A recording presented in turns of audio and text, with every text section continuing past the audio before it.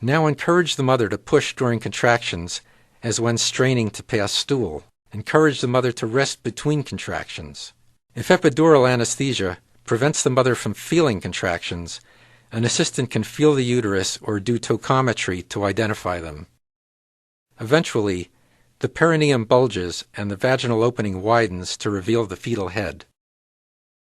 Before crowning, which is the point at which the introitus surrounds the fetal head at its maximum diameter, press gently against the head. This pressure helps maintain a smooth, controlled rate of delivery and thus decreases the risk of perineal tears. It also helps the fetal head clear the pubic symphysis. Avoid episiotomy whenever possible during routine deliveries. With further descent, as the head begins to extend, place a toweled hand on the perineum and press upward to keep the infant's occiput close to the pubic symphysis and to support the perineum.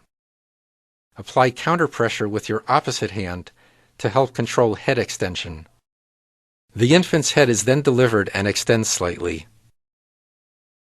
Slide your fingers around the neck to detect any nuchal cord. A nuchal cord should be pulled out and over the occiput. The occiput spontaneously rotates externally after the head is delivered, and this is called restitution. Position your body to comfortably grasp the mandible with both hands.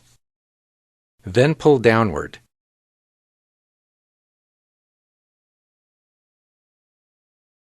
Stop pulling when the anterior shoulder is delivered from under the pubic symphysis. Make sure to immediately announce any unusual obstruction to delivery of the fetal shoulder so that preparation for shoulder dystocia can begin immediately.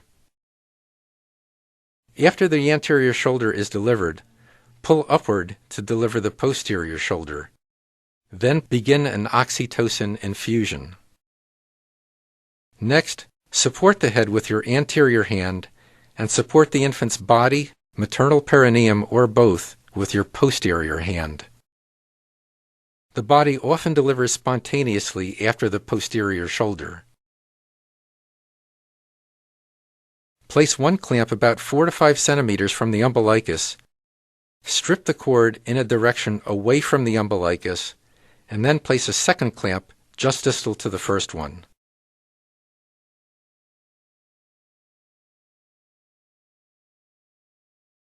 Cut the cord between the two clamps. As soon as the airway is accessible, bulb suction the mouth and then the nose. But don't delay delivering a distressed fetus to suction. If the infant cries spontaneously at the perineum and did not pass meconium, stimulate the infant, for example, by rubbing the scalp and abdomen.